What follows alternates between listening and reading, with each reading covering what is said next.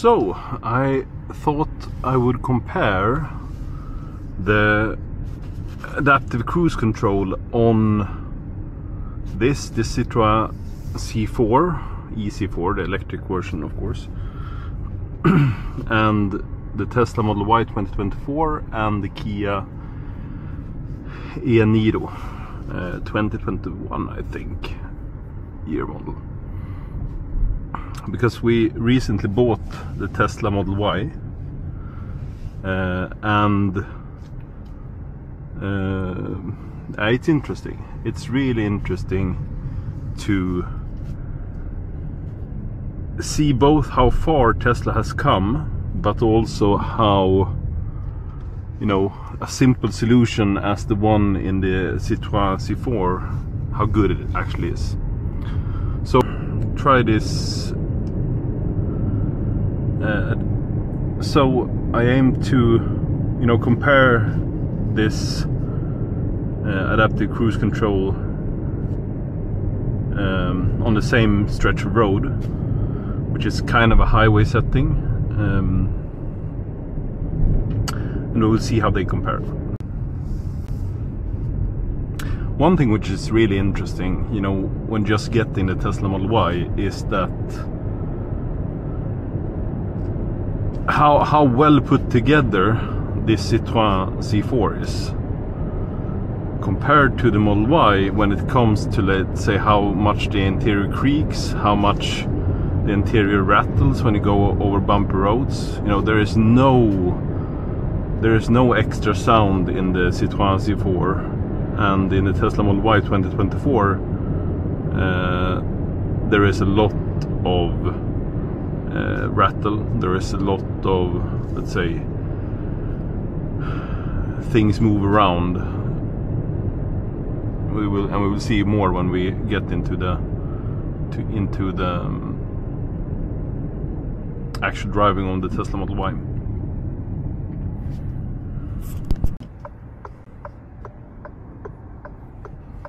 So this is basically the start of the test. We're going out on a larger stretch of road between Kungsör, Sweden and Eskilstuna, Sweden, and we will activate the adaptive cruise control with lane assist in the Citroen C4 and then do the same stretch of road in the Tesla and the Kia E-niro to compare it, because all of these cars, they have adaptive cruise control with some kind of lane assist, right? So going to accelerate up right now. So I don't know if you see the heads-up display, but the heads-up display, it says that now it's 100 kilometers per hour. So now I will push the OK button, and then I will push the assist button. This activates the adaptive cruise control with some kind of lane assist. And I will just keep my fingers on the steering wheel like this. I will not steer at all, and we will see kind of how far it goes in regular traffic. Here you see, here two lanes merged. This is something that I think we should keep an eye on in the Tesla Model Y, because that behavior when two lanes merges in Tesla, it's really bad in my opinion. But the Citroen C4, it handles this really nice. I think the lane assist, it depends on a camera which is up here. So there's a camera behind the rearview mirror. So now you see it goes down to 60. We will just follow the cars. There is no automatic lane change, so I will do this lane change manually.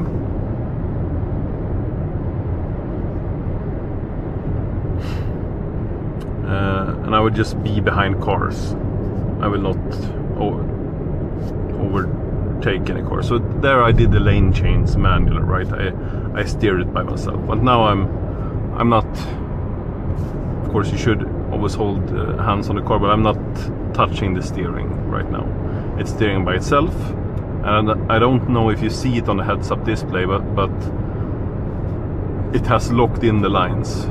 So when it comes to a section of the road where it cannot determine the lines, it will deactivate the lane assist feature.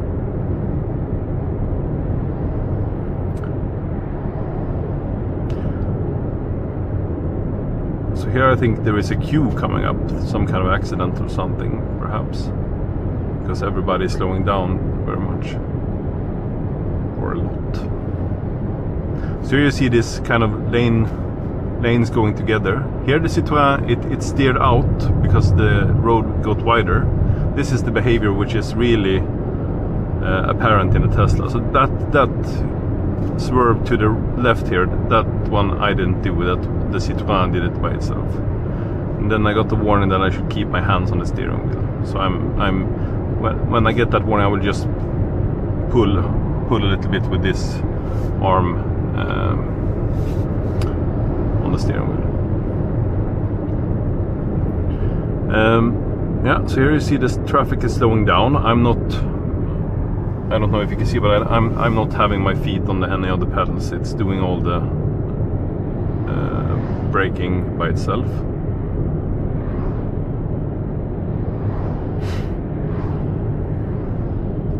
And I'm not steering either. I'm just holding with these two fingers and pulling down on the steering wheel when I get the warning that I have to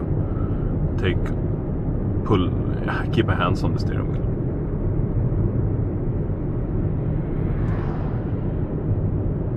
So I think adaptive cruise control in the Citroen is really nice because it knows the speed limits. It has a camera reading the speed limits.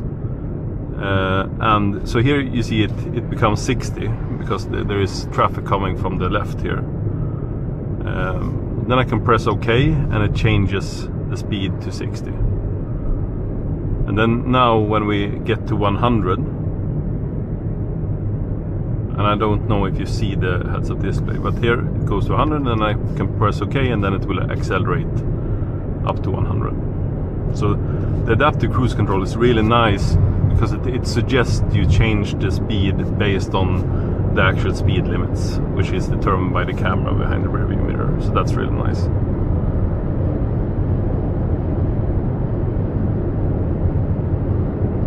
Yeah, so you see it's very uneventful in the Citroen C4. It works really well. And it keeps the distance. Now you see the cars in front of me are braking. And it's managing this braking and the steering all by itself currently. I'm not doing anything. And you don't hear any warnings. That's something to keep an eye out in the Tesla, because it warns you a lot. And we'll talk a little bit more about that when we get into the Tesla. So now a car is pulling in before me here. The Citroen, it doesn't react, abruptly. It just slowly, it knows that the car in front is moving forward, so it doesn't brake, but it adjusts the speed according to the cars in front. So now we're going 50 on a 50 kilometers per hour in a 100 kilometers per hour road.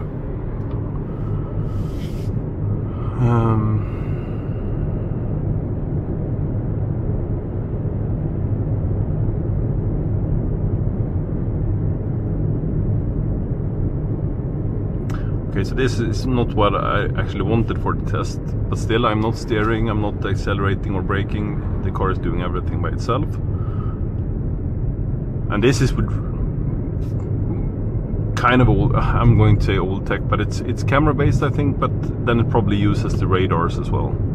Because it has parking sensors in the front and in the back, so it's probably using the radars to do some distance calculation. So that's of course the difference with the Tesla. It only has a camera-based solution, so it's only using computer vision to calculate the distances of the objects.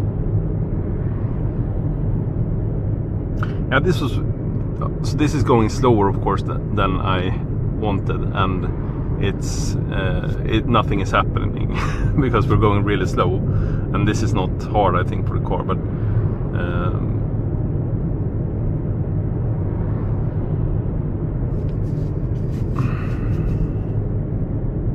so I might cut a little bit here because this oh no, let's keep it so you see that it manages this section fine.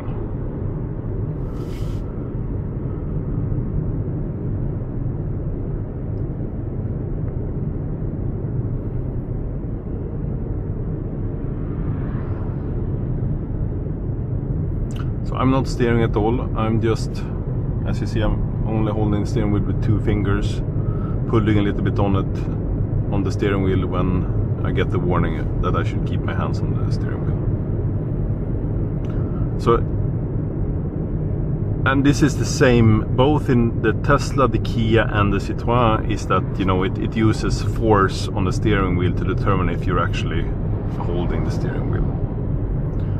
I know some of the cars, they use some kind of capacitive sensors on the steering wheel to feel that you're actually holding the steering wheel. But here I could probably do it with my knee, you know, lock the steering wheel on my knee and not have my hands on the steering wheel at all.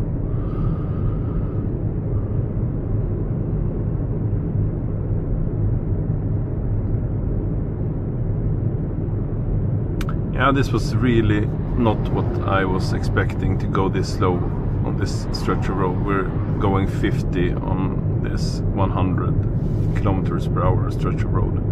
But I think there will be a dual lane soon, and then we will be able to pass this slow traffic.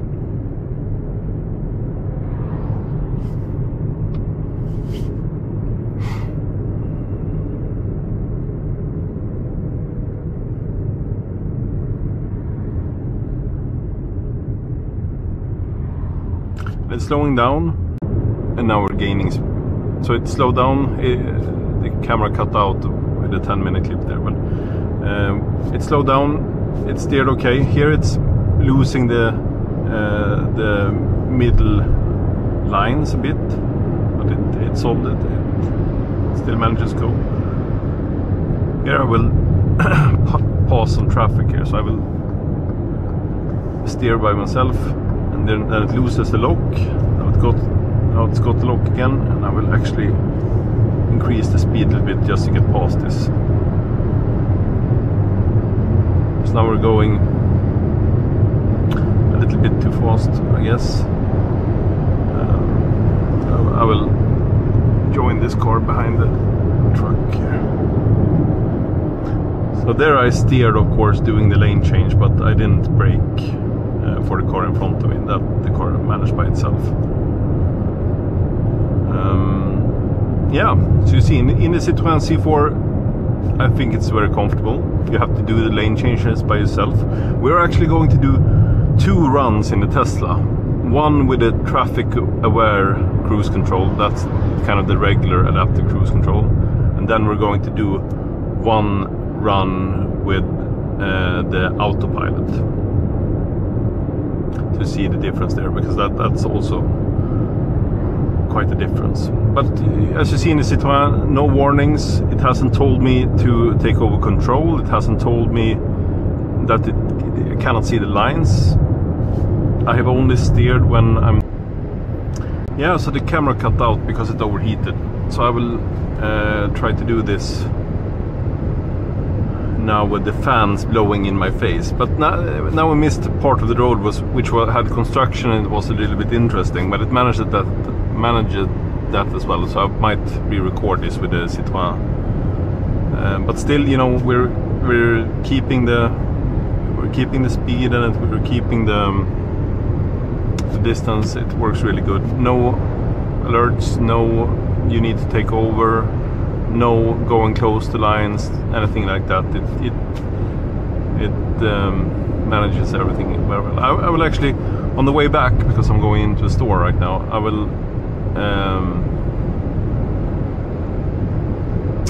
will also show you kind of the steering assist when you when you don't have the line assist feature going.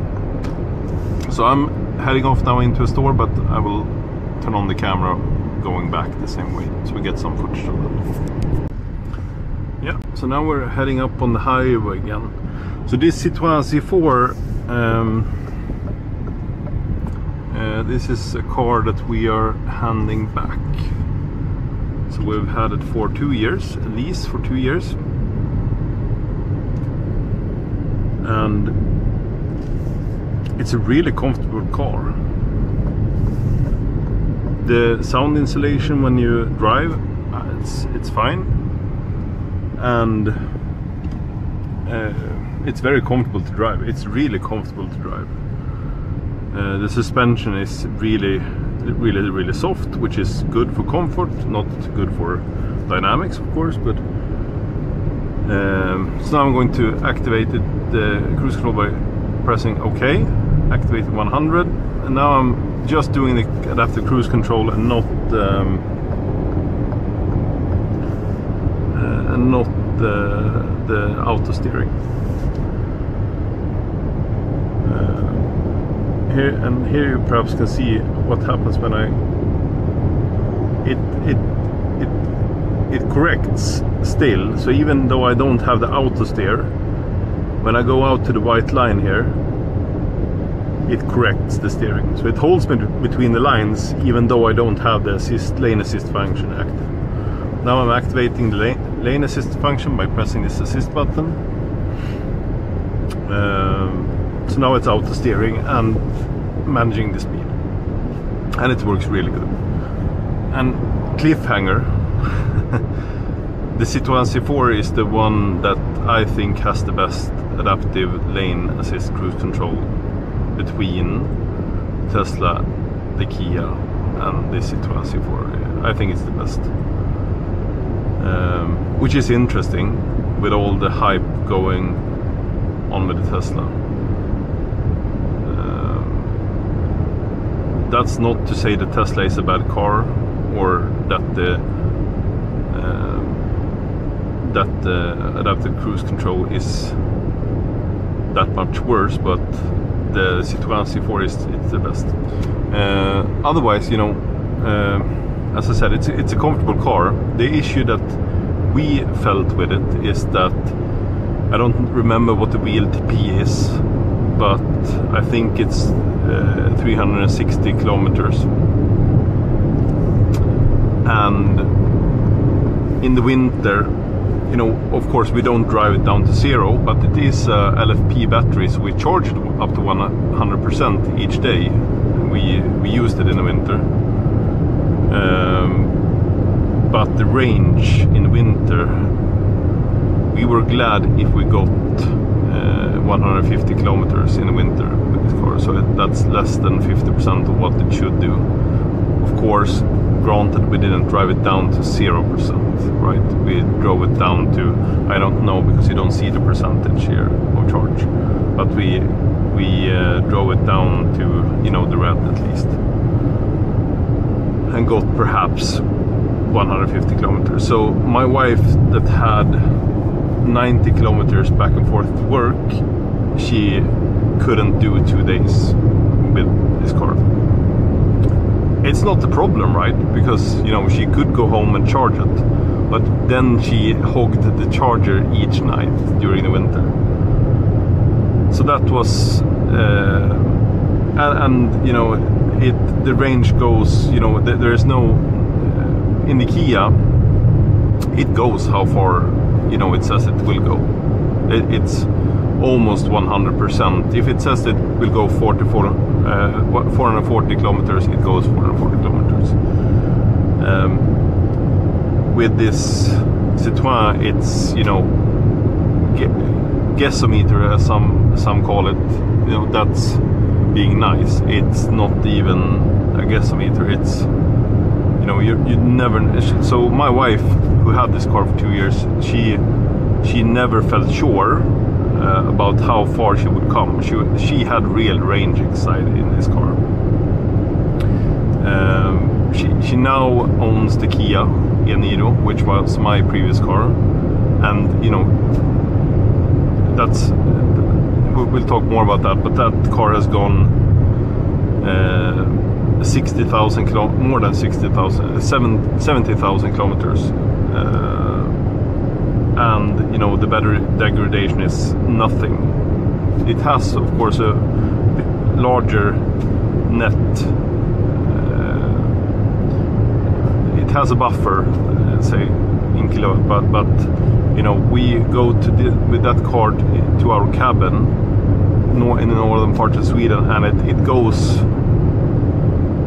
In the summer it goes 460 kilometers with the whole family, 4 in our family plus our dog and all the, you know, everything we bring. So it goes 460 kilometers.